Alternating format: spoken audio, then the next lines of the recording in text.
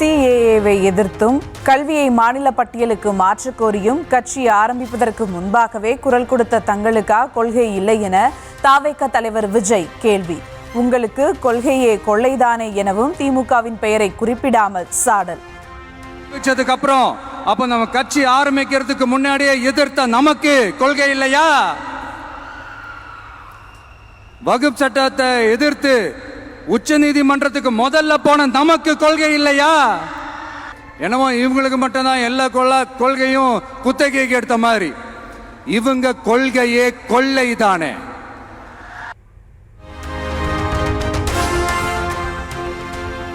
அறிவு திருவிழா என்கிற பெயரில் தாவேக மீதான அவதூறு திருவிழாவை திமுக நடத்தியதாக விஜய் குற்றச்சாட்டு. ஏண்டா விஜயை தொட்டோம் என அவர்கள் நினைக்கும் அளவுக்கு நிச்சயம் பதிலடி கொடுப்போம் என்றும் ஆவேசம். ஆட்சியில் இருக்கிறவங்களுக்கு நம்ம மேல ஒரு ஆத்திரம் வரத்தானே செய்யும். அதனாலதான் நீங்க பாத்தீங்கன்னா சட்டசபையில் ஆரம்பிச்சு ஒரு சாதாரண நிகழ்ச்சி வரைக்கும் எல்லா மேடையிலையும் மேடைக்கு மேடை டிவிக்கே தான். டிவிக்கே அவதூறு, அவதூறு டிவிக்கே, டிவிக்கே அவதூறு, அவதூறு டிவிக்கே. ஏண்டா இந்த விஜய தொட்டோம்? ஏண்டா விஜய் கூட இருக்கிற அந்த மக்களை தொட்டோம்? நினைச்சு நினைச்சு நினைச்சு ஃபீல் பண்ண போறீங்க.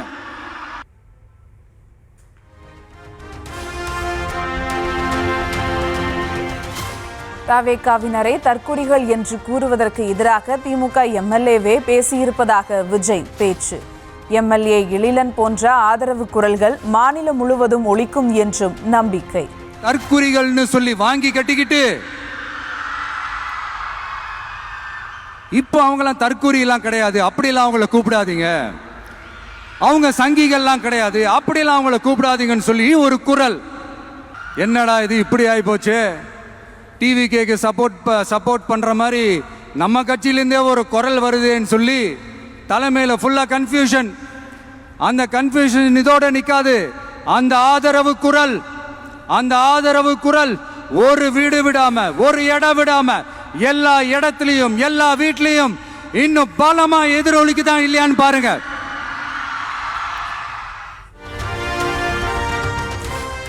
காஞ்சிபுரம் மாவட்டத்தில் பாயும் பாலாற்றில் அனுமதிக்கப்பட்ட அளவை மீறி சுமார் 22 லட்சம் யூனிட் மணல் கொள்ளையடிக்கப்பட்டுள்ளதாக விஜய் புகார். சிண்டிகேட் போட்டு 4730 கோடி ரூபாய் அளவுக்கு கொள்ளையடித்திருப்பதாகவும் குற்றச்சாட்டு. இந்த மக்களோட உயிரோடவும் ரத்தத்தோடும் கலந்து ஓடுவது பாலாறு.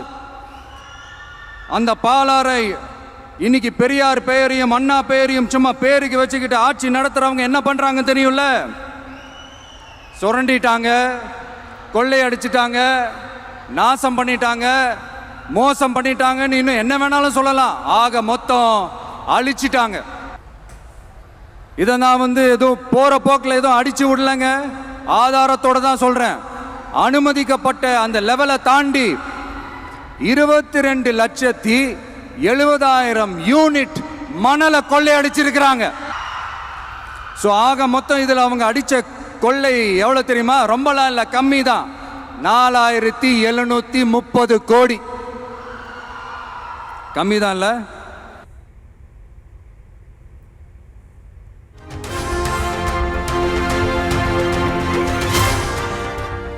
தாவேக ஆட்சி அமைந்தால் அனைவருக்கும் நிரந்தர வீடு, வீட்டிற்கு ஒரு பைக் கொடுக்கப்படும் என விஜய் பேச்சு. வேலை வாய்ப்பை பெருக்கும் வகையில் தமிழக பாடத்திட்டம் மாற்றம், அரசு மருத்துவமனைகளுக்கு மக்கள் அச்சமின்றி செல்லும் வகையில் நடவடிக்கை எடுக்கப்படும் என்றும் உறுதி. மக்களால் அமைக்கப்பட போற நம் ஆட்சியில எல்லாருக்கும் நிரந்தரமான வீடு இருக்கணும். ஒவ்வொரு வீட்டுக்கும் ஒரு மோட்டார் சைக்கிள் வாகனம் உறுதியா இருக்கணும். ஒவ்வொரு வீட்டில் இருக்கிற ஒவ்வொருத்தரும் மினிமம் டிகிரி படிச்சிருக்கணும். ஒவ்வொரு வீட்லையும் குறைந்தபட்சம் ஒருத்தருக்கு நிரந்தர வருமானம் கிடைக்கணும். அதுக்கான வேலை வாய்ப்பை உருவாக்கணும். அதுக்கு தகுந்த மாதிரி கல்வியில பாடத்திட்டத்தில் சீர்திருத்தம் செய்யணும். கவர்மெண்ட் ஹாஸ்பிட்டல்ஸுக்கு மக்கள் எல்லாரும் பயம் இல்லாம நம்பி போற மாதிரி மாத்தணும்.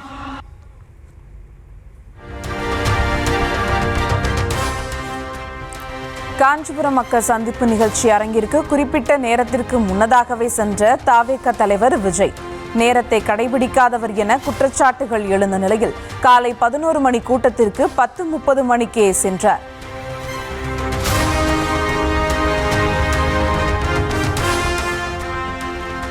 கரூர் துயர சம்பவத்தில் கற்ற பாடத்தால் காஞ்சிபுரம் மக்கள் சந்திப்பு நிகழ்ச்சியை பார்த்து நடத்திய தாவேக. உள்ளரங்குக்குள் நடக்கும் நிகழ்ச்சி என்றாலும் கைக்குழந்தையுடன் வந்த பெண்களை திருப்பி அனுப்பிய கட்சி தொண்டரணியினர்.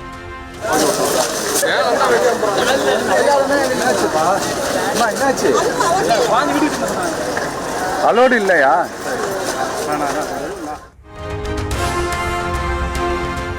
தாவேக தலைவர் விஜய் பாஜகவின் அடிமை என திமுக பகிரங்க குற்றச்சாட்டு. பாஜக என்ன சொல்லிக் கொடுக்கிறதோ அதையே விஜயும் பேசுவதாக டிகேஎஸ் இளங்கோவன் விலாசல். பாஜக தான் இதெல்லாம் சொல்லி கொடுத்து பேச சொல்றாங்க, அவங்க மாட்டிக்குவாங்க. தமிழ்நாட்டு நலன் குறித்து தாவேக தலைவர் விஜய் இதுவரை குரல் கொடுத்ததுண்டா என திமுக மூத்த தலைவர் டிகேஎஸ் இளங்கோவன் கேள்வி. தியாகம் செய்து சிறை சென்று முதலமைச்சரான அண்ணாவை பற்றி எதுவுமே தெரியாதவருக்கு முதலமைச்சராவது மட்டும்தான் ஆசை என்றும் சாடல். தமிழ்நாட்டுக்கென்று என்ன பேசி இருக்கிறார்? தான் முதலமைச்சராக வேண்டும் என்பதை தாண்டி தமிழ்நாட்டு மக்களுக்கென்று எந்த பிரச்சனையை விஜய் பேசி இருக்கிறார் என்று சொல்லட்டும்.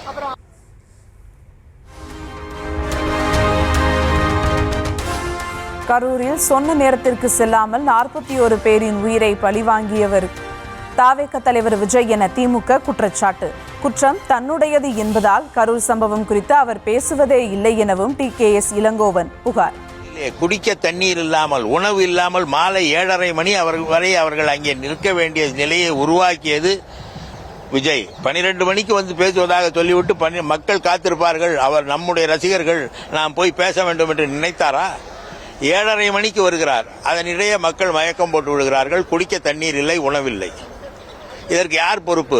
எனவே இந்த குற்றம் அவருடையது என்று தெரிந்த காரணத்தினால் அதை பற்றி அவர் பேசவில்லை. இப்பொழுது கூட சொல்லட்டும், ஏன் 12 மணிக்கு வருவதாக சொல்லிவிட்டு 7:30 மணிக்கு வந்தேன் என்கிற விளக்கத்தை சொல்லட்டும். திமுக அரசு கொள்ளையடிப்பதாக குற்றம் சாட்டும் விஜய் தாவேகாவில் லஞ்சம் வாங்கிவிட்டு பதவி வழங்கப்படுவதை மறந்துவிட்டாரா என டிகேஎஸ் இளங்கோவன் கேள்வி. பொறுப்பு வழங்க காசு கேட்பதாக தாவேகாவை சேர்ந்த பெண் ஒருவர் தற்கொலை முயற்சியில் ஈடுபட்டதாகவும் குற்றச்சாட்டு. பதவிக்காக பணம் வாங்குறாங்கிற குற்றச்சாட்டில் நேற்று ஒரு பெண், தாவேகாவை சேர்ந்த ஒரு பெண் தற்கொலை முயற்சி மேற்கொண்டிருக்கிறார். அதற்கு பதில் சொல்லுங்கள். தாவேக ஆட்சிக்கு வந்தால் இலவச கல்வி, வீடு கொடுக்கப்படும் என கூறும் விஜய்க்கு அவற்றையெல்லாம் திமுக எப்போதோ செய்துவிட்டது என்பது தெரியவில்லை என சாடல். மக்களுக்காக போராடி ஒருமுறை சிறைக்கு சென்றால் அடுத்த நாள் விஜய் கட்சியை நடத்த மாட்டார் எனவும் டிகேஎஸ் இளங்கோவன் விமர்சனம்.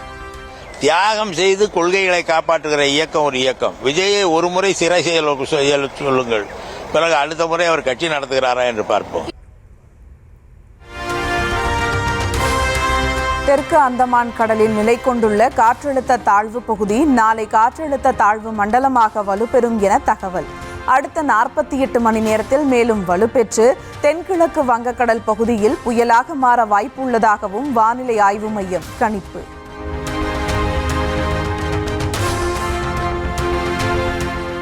தென்காசி, தூத்துக்குடி மாவட்டங்களுக்கு இன்று மிக கனமழை எச்சரிக்கை. நெல்லை, குமரி மாவட்டங்களிலும் மிக கனமழை பெய்ய வாய்ப்பு.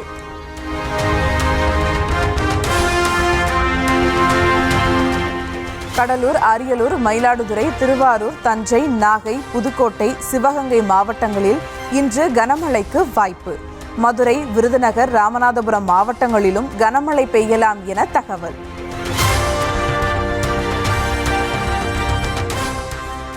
நெல்லையில் தொடர் கனமழையால் தாமிரபரணி ஆற்றின் இரு கரைகளையும் தொட்டு செல்லும் வெள்ளம். குறுக்குத்துறை முருகன் கோவில் மண்டபங்களை வெள்ளம் சூழ்ந்தது.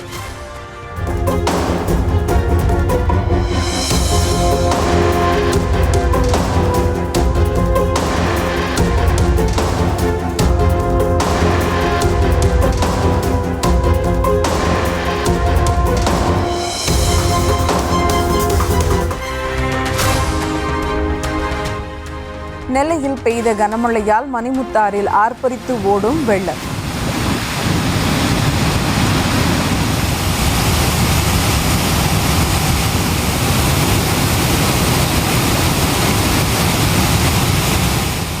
அணைக்கட்டு பகுதியில் நீர்வரத்து தொடர்ந்து அதிகரிப்பதால் பொதுமக்களுக்கு எச்சரிக்கை.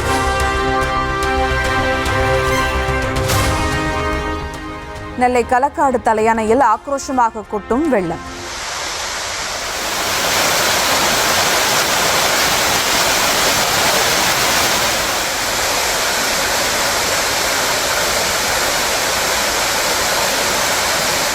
பாதுகாப்பு நடவடிக்கையாக 4வது நாளாக அணையில் குளிக்க சுற்றுலா பயணிகளுக்கு தடை விதிப்பு. தூத்துக்குடி மாவட்டம் திருச்செந்தூர் மற்றும் சுற்றுவட்டார பகுதிகளில் பெய்த கனமழையால் வெள்ளம். குடியிருப்பு பகுதிக்குள் வெள்ளம் சூழ்ந்ததால் பொதுமக்கள் கடுமையாக பாதிப்பு.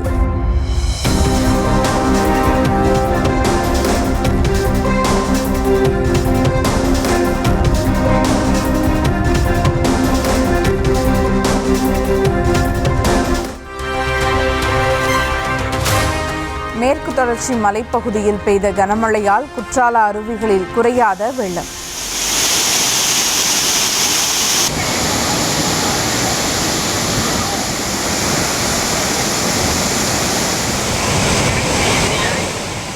பேரருவி மற்றும் ஐந்தருவியில் பொதுமக்கள் குளிக்க தடை நீட்டிப்பு.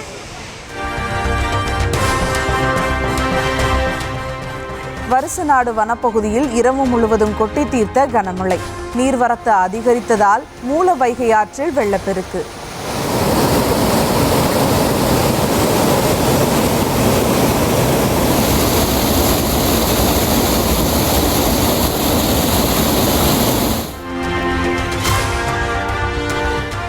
புதுச்சேரியின் பல்வேறு பகுதிகளிலும் இடி மின்னலுடன் கனமழை. காலையிலிருந்து பெய்ததால் மக்கள் சிரமம்.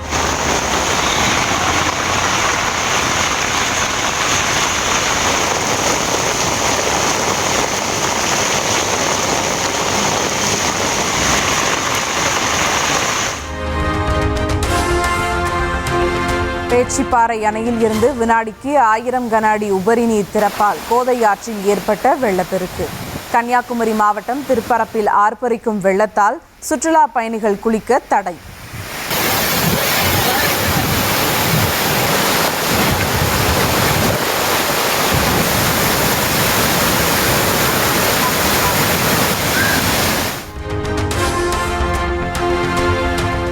சேலம் மாவட்டம் ஏற்காட்டில் படகு சேவை தற்காலிகமாக நிறுத்தப்படுவதாக அறிவிப்பு.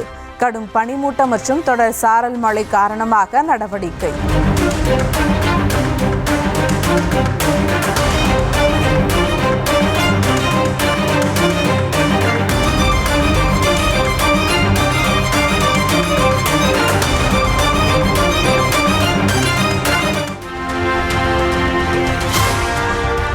நெல் ஈரப்பத அளவை உயர்த்துமாறு தமிழ்நாடு அரசு விடுத்த கோரிக்கையை மத்திய பாஜக அரசு நிராகரித்ததற்கு கண்டனம். தஞ்சையில் திமுக கூட்டணி கட்சிகள் ஆர்ப்பாட்டம்.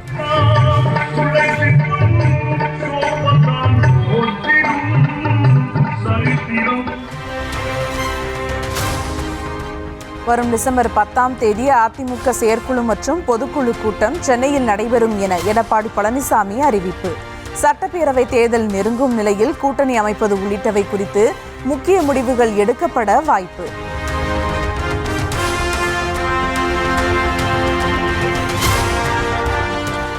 திமுகவுடன் கூட்டணி பேச்சுவார்த்தைக்காக அமைக்கப்பட்ட காங்கிரஸ் குழுவினர் ஆலோசனை.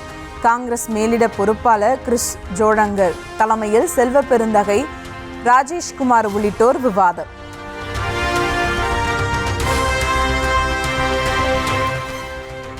தமிழ்நாட்டில் பாஜக கூட்டணி ஆட்சி அமைத்த பிறகு கோவையில் மெட்ரோ ரயில் கொண்டுவரப்படும் என்ற கருத்து காழ்ப்புணர்ச்சி கொண்டது. அமமுக பொதுச் செயலாளர் டிடிவி தினகரன் கடும் கண்டனம். மக்களின் தேவை கோயம்புத்தூர்ல மெட்ரோ ரயில் திட்டம் வேணும், மதுரையில மெட்ரோ ரயில் திட்டம் வேணும்னு அரசாங்கம் கேட்கிறப்ப அதனுடைய மத்திய அரசு ஒன்றும் உதவி செய்யணும். இல்லை நாங்கள் இந்த ஆட்சி வந்தா செய்வோம்னு சொல்றது ஒரு காழ்ப்புணர்ச்சியோடு அணுகுவது போல இருக்கு. கடலூர் மாவட்டம் சிதம்பரம் அருகே கஞ்சா வியாபாரியை துப்பாக்கியால் சுட்டுப்பிடித்த போலீசார். மறைத்து வைத்திருந்த கஞ்சாவை எடுத்து தருவதாக கூறி போலீசாருடன் சென்ற நிலையில் காவலரை வெட்டிவிட்டு தப்ப முயன்றதால் நடவடிக்கை. கன்னியாகுமரி மாவட்டம் நாகர்கோவில் அருகே வீட்டிற்கு விளையாடிக் கொண்டிருந்த சிறுமியை கடித்து குதறிய வளர்ப்பு நாய். பாதிக்கப்பட்ட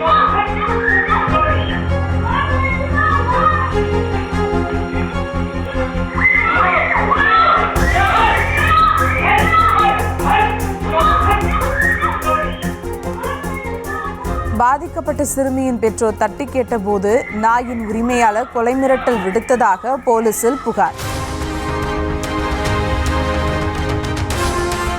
திண்டுக்கல் மாவட்டம் வேடசந்தூர் அருகே 60,000 லிட்டர் கொள்ளளவு கொண்ட மேல்நிலை நீர்த்தேக்க தொட்டி இடிந்து விபத்து. சிதலமடைந்திருந்த நிலையில் இருந்த தொட்டி நள்ளிரவில் விழுந்ததால் பெரும் அசம்பாவிதம் தவிர்ப்பு.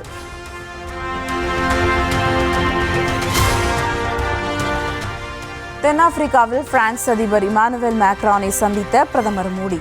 இந்தியா பிரான்ஸ் இடையே நீண்ட காலமாக தொடரும் நட்புறவு மிக ஆழமானது என நிகழ்ச்சி பதிவு.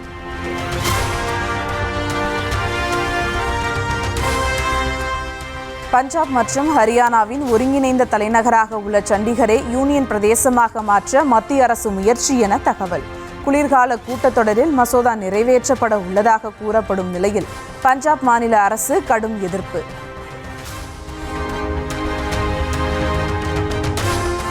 பாபர் மசூதி இடிக்கப்பட்ட அதே நாளில் அதே பெயரில் புதிய மசூதிக்கு அடிக்கல் நாட்டப் போவதாக அறிவித்த திரிணாமுல் காங்கிரஸ் எம்எல்ஏ.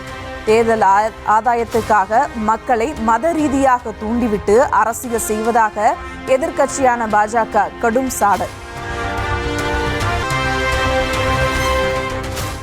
போர்ச்சுகலில் கிறிஸ்துமஸ் கால கொண்டாட்டத்தை வண்ணமயமாக தொடங்கிய மக்கள். கண்கவர் வான வேடிக்கைகளுடன் பிரம்மாண்ட சதுக்கத்தில் திரண்டு மக்கள் உற்சாகம்.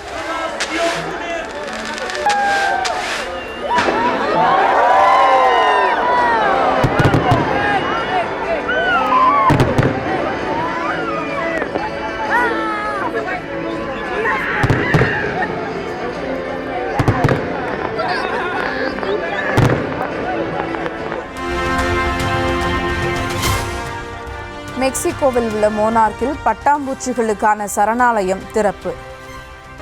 பார்க்கும் இடமெல்லாம் கண்ணை சிமிட்ட விடாமல் பார்க்க வைக்கும் வண்ணத்து பூச்சிகள். தனது நீண்ட நாள் காதலனை மணந்து இன்று இல்லற வாழ்க்கையில் அடியெடுத்து வைக்கும் ஸ்மிருதி மந்தனா. கோலாகல கொண்டாட்டங்களுக்கு மத்தியில் தடபுடல் ஏற்பாடு. திருச்செந்தூர் முருகன் கோவிலில் திரளான பக்தர்கள் வழிபாடு. ஞாயிற்றுக்கிழமையை ஒட்டி வரிசையில் காத்திருந்து முருகர் தரிசனம். சேலம் மாவட்டம் அணைமேடு ராஜமுருகன் கோவிலில் குடமுழுக்கு. புறணமைக்கப்பட்ட 56 அடி உயர முருகன் சிலைக்கு நடைபெற்ற நீராட்டில் ஏராளமான பக்தர்கள் பங்கேற்றனர்.